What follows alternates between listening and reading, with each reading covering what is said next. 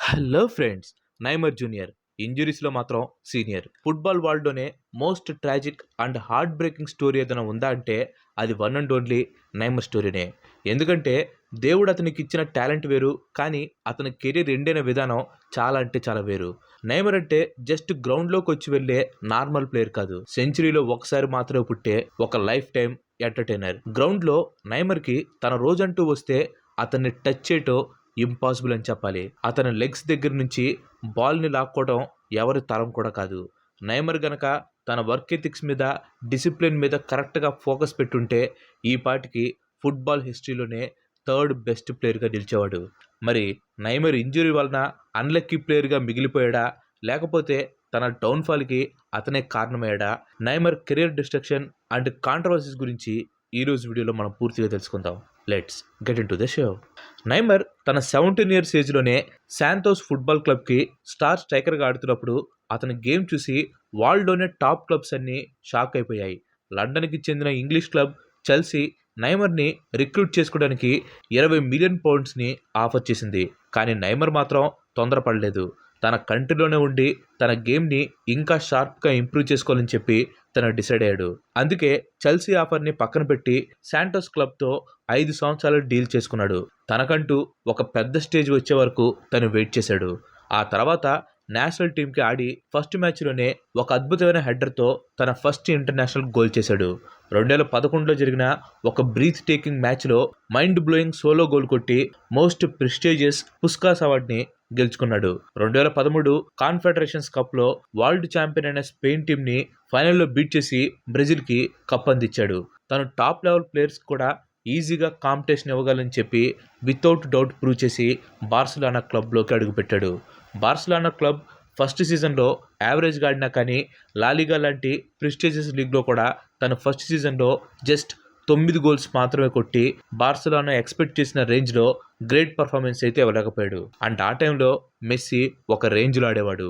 2014లో Neymar తన సొంత land మీద వరల్డ్ కప్ ఆడటానికి బ్రెజిల్కి తిరిగి వచ్చాడు. బ్రెజిల్ కంట్రీ తన ఆశలు మొత్తం నైమర్ పైనే పెట్టుకుంది.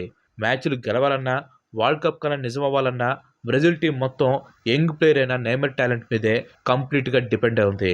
తన కెరియర్లోనే ఫస్ట్ వరల్డ్ కప్ ఆడుతున్న నైమర్ పైన బ్రెజిల్ చాలా ఎక్స్పెక్టేషన్స్ పెట్టుకుంది. ఆ వరల్డ్ కప్లో నైమర్ చాలా బాగా పర్ఫామ్ చేశాడు. అండ్ ఆ వరల్డ్ కప్లో పెద్ద పెద్ద స్టార్స్ అందరూ కూడా మంచి ఫామ్లో ఉన్నారు. కానీ నాకౌట్ స్టేజ్ వచ్చేసరికి ప్రెషర్ కాస్త పీక్స్లోకి వెళ్ళిపోయింది.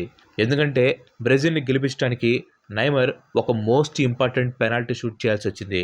అంత చిన్న ఏజ్లో తన పైన అంత ప్రెషర్ ఉన్నా కూడా ఆ గోల్ చేసి బ్రెజిల్ని నెక్స్ట్ రౌండ్కి తీసుకుని వెళ్ళాడు. కానీ ఆ మ్యాచ్ లాస్ట్ మినిట్స్లో నైమర్ నడుం భాగంలోని 3వ వెన్నుపూస విరగడంతో ఆ వరల్డ్ కప్కి తను దూరం అయిపోయాడు.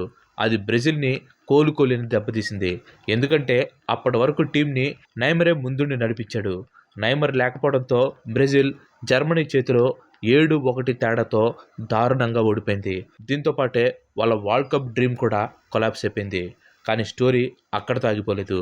ఆ తర్వాత బార్సిలోనా క్లబ్లో నైమర్, షురేజ్, మెస్సీ ముగ్గురు పవర్ఫుల్ ప్లేయర్స్ కలిశారు. ఈ ముగ్గురిని ఎంఎస్ఎన్ అని చెప్పి పిలిచేవాళ్ళు. వాళ్ళ ఆటను ఆపటం వరల్డ్లో ఏ డిఫెండర్ వల్ల కాలేదు.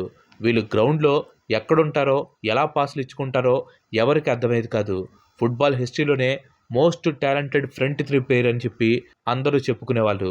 ఈ ఎంఎస్ఎన్ ముగ్గురు కలిసి 120 గోల్స్ కొట్టి హిస్టారిక్ త్రిబుల్ని సంపాదించారు. త్రిబుల్ అంటే మెయిన్ ఈవెంట్స్ని గెలవటం. నైమర్ అయితే తన గోల్స్ని 15 నుంచి 38కి డబల్ చేసుకున్నాడు.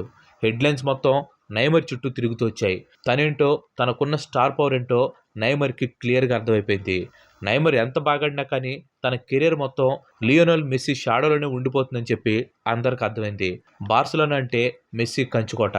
కానీ ఫ్యూచర్లో వరల్డ్లోనే బెస్ట్ ప్లేయర్కి ఇచ్చే బ్యాలన్ డియోర్ అవార్డుని కన్ఫామ్గా నైమర్ గెలుచుకుంటాడు అనే నమ్మకం అందరిలో ఉండేది. ఎందుకంటే మెస్సీ కెరీర్ ఎండింగ్కి వస్తున్న టైంలో నైమర్ జస్ట్ 24 సంవత్సరాల ఏజ్లో ఉండి తన కెరీర్ పీక్ స్టేజ్లోకి అడుగుపెట్టాడు. కానీ నైమర్ బార్సిలోనా క్లబ్లో ఉన్నంతకాలం వరల్డ్లో నెంబర్ 1 ప్లేయర్ అవ్వలేని చెప్పి తను డిసైడ్ అయిపోయాడు. మెస్సీతో కలిసి ఆడినంత కాలం తనకున్న టాలెంట్కి రావాల్సిన గుర్తింపు, అప్రిషియేషన్ ఎప్పటికీ దక్కదని చెప్పి తను స్ట్రాంగ్గా ఫీల్ అయ్యాడు. అందుకే నైమర్ బార్సిలోనాను వదిలేసి ఎవరు ఊహించిన విధంగా ప్యారిస్ క్లబ్లోకి అడుగుపెట్టాడు. అదే PSG క్లబ్లో అడుగుపెట్టాడు. ఆ టైంలో బార్సిలోనా ఫ్యాన్స్ అందరూ దీన్ని ఒక బిట్రేయల్ లాగా ఫీల్ అయ్యారు. నైమర్ పైన విపరీతమైన కోపాన్ని పెంచుకున్నారు. కానీ ఇటువైపు PSG క్లబ్కి వెళ్ళిన తర్వాత నైమర్ ఫస్ట్ నుంచి బెస్ట్ పర్ఫార్మెన్స్ ఇవ్వడం స్టార్ట్ చేశాడు. డ్రిబ్లింగ్, 1-on-1 డిఫెండర్స్ని ఇబ్బంది పెట్టడం, ఇలాంటివి ఎవరూ చేయలేనంత అద్భుతంగా నైమర్ చేసి చూపించాడు. ఎవ్రీ ఇయర్ 30-40 గోల్స్ కొడుతూ తనకంటూ ఒక గుర్తింపుని తెచ్చుకున్నాడు. కానీ ఇక్కడే ఒక ట్విస్ట్ ఉంది. ఆ తర్వాత జరిగిన ఫ్రెంచ్ లీగ్లో నైమర్ చాలా బాగా పర్ఫామ్ చేశాడు. కానీ నెంబర్ 1 ప్లేస్ కోసం అతను చేసిన ఆ ఫైట్ అతని కెరియర్లో చాలా పెద్ద నష్టాన్ని తీసుకొని వచ్చింది. నైమర్కి కాలు ఎముక ఇంజురీ అయింది. ఆ ఇంజురీ వల్ల అతను 3 నెలల పాటు గేమ్కి దూరంగా సైడ్ లైన్లోనే ఉండిపోవాల్సి వచ్చింది. ఈ ఇంజురీ జస్ట్ స్టార్టింగ్ మాత్రమే. ఆ తర్వాత సీజన్లో అతను ఇంజురీస్ వల్ల ఇంకో 8 మ్యాచ్లకి దూరం అయిపోయాడు. దీనివల్ల PSG క్లబ్ తన కీ మ్యాచెస్లో నైమర్ లేకుండా ఆడాల్సి వచ్చింది. అలాంటి టైంలో నైమర్ లేని లోటును తీర్చడానికి ఆ టీంకి అర్జెంటుగా ఒక కొత్త హీరో కావాల్సి వచ్చింది. అండ్ ఆ ఛాన్స్ని భర్తీ చేసుకున్నాడు కెలియన్ ఎంబాపే. నైమర్ లేని టైంలో ఎంబాపే గ్రౌండ్లో తన బెస్ట్ పర్ఫార్మెన్స్ ఇవ్వడంతో అతను ఆ క్లబ్కి రియల్ స్టార్గా మారిపోయాడు. నైమర్ ఇంజరీస్ వల్ల కంటిన్యూస్గా మ్యాచ్లు మిస్ అవడంతో చిన్నగా PSG ఫ్యాన్స్ నమ్మకాన్ని కోల్పోయారు. క్లబ్ సంగతి ఎలా ఉన్నా తన ఓన్ కంట్రీ బ్రెజిల్ కోసం మాత్రం 2018 వరల్డ్ కప్లో ఒక హోప్ ఇస్తాడని బ్రెజిల్ ఫ్యాన్స్ బలంగా నమ్మారు. నైమర్కు తనను తాను ప్రూవ్ చేసుకోవడానికి ఇంకొక ఛాన్స్ వచ్చింది. గాయం నుంచి కోలుకొని కంప్లీట్ ఫిట్గా రష్యాలో జరుగుతున్న 2018 వరల్డ్ కప్లోకి తను అడుగుపెట్టాడు. కానీ గ్రౌండ్లో దిగిన తర్వాత నైమర్ ఇంతకు ముందులాగా ఆడలేకపోయాడు. అతను చాలా అలసిపోయినట్టు, స్లోగా ఆడుతున్నట్టు కనిపించింది. గ్రౌండ్లో నైమర్ యాటిట్యూడ్ అస్సలు బాగలేదు. ఆపోజిట్ ప్లేయర్ కొంచెం టచ్ అయినా సరే తనకి ఏదో పెద్ద ఇంజురీ అయినట్లు యాక్ట్ చేస్తూ గ్రౌండ్లో కింద పడిపోయి యాక్ట్ చేసేవాడు. రీప్లేలో చెక్ చేస్తే చాలాసార్లు ఆపోజిట్ ప్లేయర్ అసలు టచ్ చేయకుండానే నైమర్ కింద పడిపోయి చీట్ చేస్తున్నట్లు అర్థమైపోయింది. ఎంత టాలెంట్ ఉన్నా ఇలాంటి ఓవర్ యాటిట్యూడ్తో పీలే లాంటి లీడర్ అవటం ఇంపాసిబుల్. 27 ఇయర్స్ ప్రైమ్ ఏజ్లో కూడా నైమర్ ఇంకా మెచ్యూర్ కాలేదని చెప్పి ఈ వరల్డ్ కప్ ప్రూవ్ చేసింది. ఫ్యాన్స్ అందరూ గేమ్ని సీరియస్గా తీసుకోవాలని నైమర్ని వార్న్ చేశారు. కరెక్ట్గా 2 సంవత్సరాల తర్వాత 2020లో ఛాంపియన్స్ లీగ్ కోసం PSG క్లబ్ నుంచి తను కాంటెస్ట్ చేశాడు. తన బెస్ట్ ఫామ్లో ఉన్నప్పుడు నైమర్ ఒక టాప్ టైర్ టాలెంటెడ్ ప్లేయర్ అని మళ్ళీ ప్రూవ్ చేసుకున్నాడు. తన మీద వచ్చిన విమర్శలన్నింటినీ అతను పర్సనల్గా తీసుకున్నాడు. మెస్సీ షాడోలో కాకుండా తనే ఒక నెంబర్ 1 లీడర్ లాగా ఆడాలనే కసి అతనిలో కనిపించింది. తన అద్భుతమైన పర్ఫార్మెన్స్తో టీంని నెక్స్ట్ లెవెల్కి తీసుకొని వెళ్ళాడు. Neymar PSG క్లబ్ని champions league final వరకు తీసుకొని వచ్చాడు. కానీ ఫైనల్లో వాళ్ళు ఓడిపోయారు. ఆ రోజు నైమర్ గ్రౌండ్లోనే వెక్కి వెక్కి ఏడ్చాడు. కానీ ఆ ఓటమి PSG టీం మేనేజ్మెంట్ని ఒక న్యూ డెసిషన్ తీసుకునేలాగా చేసింది. ఈ విషయం గురించి తెలుసుకునే ముందు ఎంతవరకు ఈ వీడియో చూసినట్టు ఈ వీడియో మీకు ఇంట్రెస్టింగ్ అనిపిస్తుంది అనుకుంటున్నాను. మీకు నచ్చినట్లయితే ఈ వీడియోని ఖచ్చితంగా లైక్ చేయండి. అండ్ అలాగే మీరు మన ఛానల్కి ఇద్దరు కనుక సబ్స్క్రైబ్ అయినట్లయితే మన ఛానల్కి తప్పకుండా సబ్స్క్రైబ్ అయ్యి పక్కన ఉన్న గంటని ఆల్ ఆప్షన్లో పెట్టుకోండి. ఆల్రెడీ లైక్ చేసి, షేర్ చేసి, సబ్స్క్రైబ్ చేసిన వారికి చాలా చాలా థ్యాంక్స్. లియోనెల్ మెస్సీ బార్సిలోనాతో ఉన్న 21 ఇయర్స్ అటాచ్మెంట్ని వదిలేసుకొని PSG క్లబ్లోకి వచ్చాడు. ఎందుకంటే PSG క్లబ్ తమని నైమర్ సింగిల్ హ్యాండెడ్గా నడిపించలేడని చెప్పి వాళ్ళు అనుకున్నారు. ఏదో ఒక రోజు ఈ టీం నాదవుతుంది, నేనే ఈ క్లబ్ని నెంబర్ 1 స్టేజ్కి తీసుకుని వెళ్తానని చెప్పి నైమర్ కలలు కన్నాడు. కానీ అది రివర్స్ అయింది. అంతే కదా, గతంలో ఎవరి షాడోలో నుండి బయటకు రావాలని చెప్పి నైమర్ బార్సిలోనా వదిలేసి వెళ్ళాడో మళ్ళీ అదే మెస్సీ షాడోలో సెకండరీ రోల్లో ఆడాల్సి వచ్చింది. మెస్సీ వల్ల నైమర్ తిరిగి సపోర్టింగ్ రోల్కి రావాల్సి వచ్చింది. స్టార్టింగ్లో అంతా బాగానే కనిపించింది. కానీ రియల్ మాడ్రిడ్ చేతిలో PSG ఈజీగా ఓడిపోయి ఆ టోర్నమెంట్ నుంచి బయటకు వచ్చేసింది. ఆ టైంలో ఎక్స్పర్ట్స్ నైమర్ని దారుణంగా ట్రోల్ చేయడం స్టార్ట్ చేశారు. నైమర్ ఒక ఓవర్ రేటెడ్ ప్లేయర్ అని, అతను టీంతో కలిసి అస్సలాడని, తన స్వార్థం కోసం మాత్రమే గేమ్ ఆడతాడని చెప్పి విమర్శించడం మొదలుపెట్టారు.